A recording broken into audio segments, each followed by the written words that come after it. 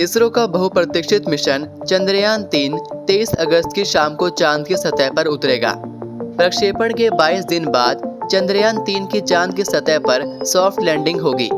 इसके साथ ही भारत इतिहास रच देगा और ऐसा करने वाला दुनिया का चौथा देश बन जाएगा। इतना ही नहीं, चांद के दक्षिणी ध्रुव पर सफल लैंडिंग कराने वाला भारत पहला देश बनेगा। लैंडिंग से पहले इसरो ने अपनी तैयारी पूरी कर ली है। अंतरिक्ष वैज्ञानिकों की टीम ने इस बार सॉफ्ट लैंडिंग के दौरान लास्ट मिनट्स ऑफ टेरर के जोखिम को लगभग खत्म कर दिया है। लैंडिंग के वक्त वे सभी विकल्प मौजूद रहेंगे जिनका इस्तेमाल किसी भी आपात स्थिति में सुरक्षित लैंडिंग के लिए किया जा सकता है। इस बीच हमें जानना जरूरी है कि आखिर चंद्रयान 3 मिशन क्या है, कहां उतरेगा चंद्रयान 3, क्या लैंडिंग की जगह अंतिम समय में बदली जा सकती है, इस बार कैसी लोकेशन का चुनाव किया गया है, आइए समझते हैं। चंद्रयान 3 क्या है? इसरो के मुताबिक चंद्रयान 3 मिशन चंद्रयान 2 का ही अगला चरण है, जो चंद्रमा की सतह पर उतरेगा और परीक्षण करेगा।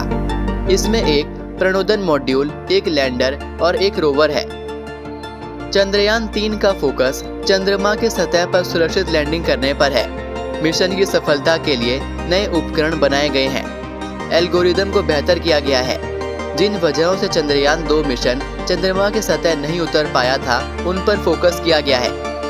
मिशन ने 14 जुलाई को दोपहर 2:35 पर श्रीहरिकोटा केंद्र से उड़ान भरी और अगर सब कुछ योजना के अनुसार हुआ तो 23 अगस्त को चंद्रमा पर उतरेगा।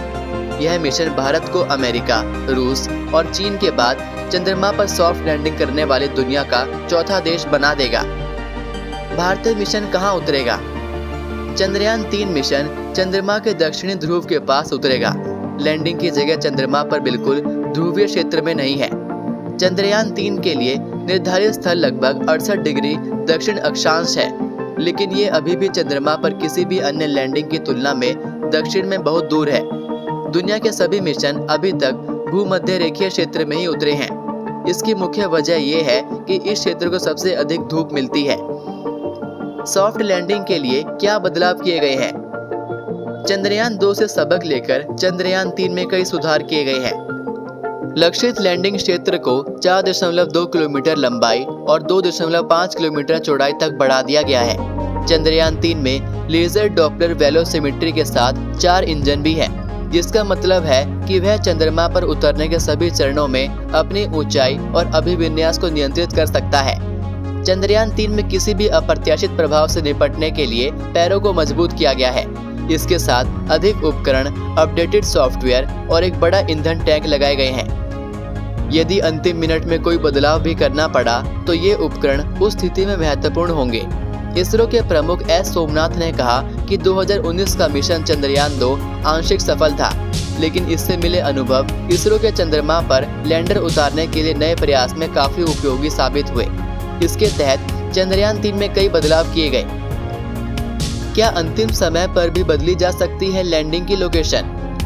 इसरो ने चंद्रयान 2 से सबक लेकर चंद्रयान 3 में व्यापक बदलाव किए हैं। चंद्रयान 2 के उतरने के लिए जितना क्षेत्र निर्धारित किया गया था, अब उसमें काफी इजाफा किया गया है। लैंडिंग के लिए लगभग 10 वर्ग किलोमीटर क्षेत्र तय किया गया है।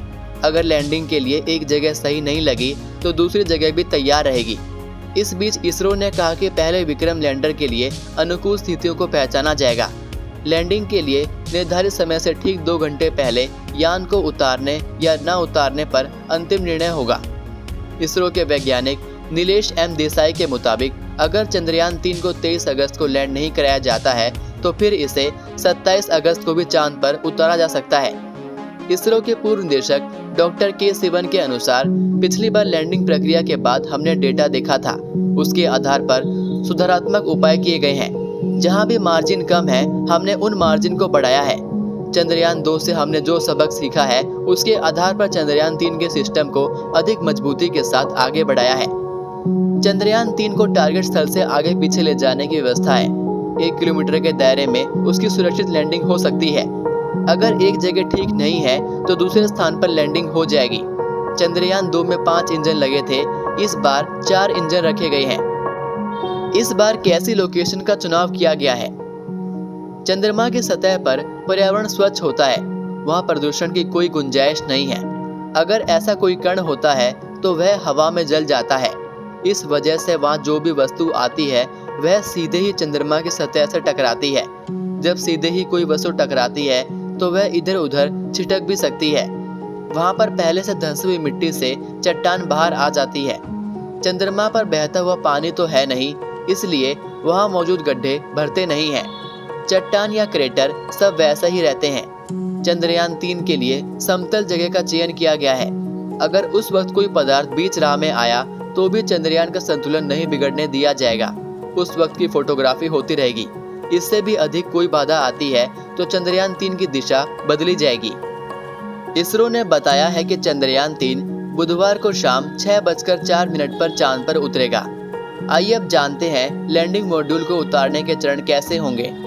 पहला चरण, इस चरण में यान की सतह से 30 किलोमीटर की दूरी को घटाकर 7.5 किलोमीटर पर लाया जाएगा। दूसरा चरण, इसमें सतह से दूरी 6.8 किलोमीटर तक लाई जाएगी।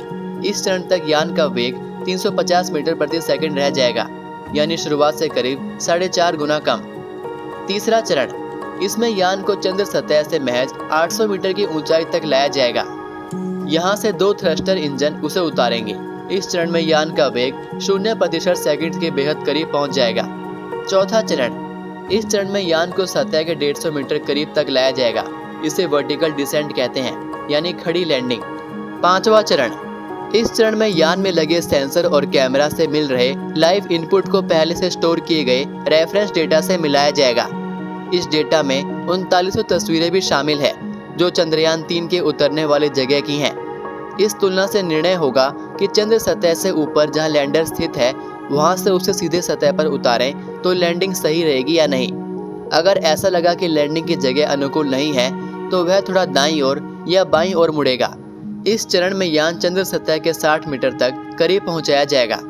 छठा चरण, यह लैंडिंग का आखिरी चरण है। इसमें लैंडर को सीधे चंद्र सतह पर उतार दिया जाएगा। आइए अब जानते हैं रोवर और लैंडर के बारे में। रोवर प्रज्ञान को विक्रम के भीतर रखा गया है। इसे सफल लैंडिंग के बाद चंद्र सतह पर उतारा जाएगा। 2 प्रमुख उपकरण हैं, अल्फा पार्टिकल एक्साइट स्पेक्ट्रोमीटर और लेजर इंड्यूस्ड ब्रेकडाउन स्पेक्ट्रोस्कोपी। दोनों का काम चंद्रमा की सतह पर चीजों को नापना, खनिजों व सामग्री के बारे में जानकारियां मुहैया करवाना होगा। लैंडर विक्रम में 4 प्रमुख उपकरण हैं। उपकरणों में रेट्रो रिफ्लेक्टर शामिल है जो चंद्रमा से धरती के बीच रेंजिंग को अंजाम देगा। सिस्मोग्राफ भूगर्भीय प्रक्रियाओं को समझने में मदद करेगा। रंभा वातावरण में प्लाज्मा का घनत्व नापेगा।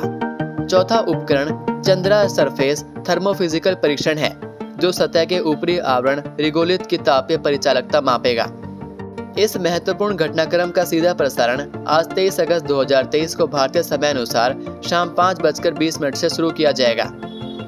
सॉफ्ट लैंडिंग का सीधा प्रसारण इसरो की वेबसाइट के अलावा ISRO YouTube channel, Facebook page पर भी होगा। इसके अलावा डीडी नेशनल टीवी चैनल सहित कई मंचों पर यह लाइव देखा जा सकता है। यदि आपको यह वीडियो पसंद आई हो तो वीडियो को लाइक और अपने दोस्तों के साथ शेयर जरूर करें, जिससे उन्हें भी यह महत्वपूर्ण जानकारी प्राप्त हो सके। वीडियो को शुरू से लेकर अंत तक देखने के लिए आपका धन्यवाद।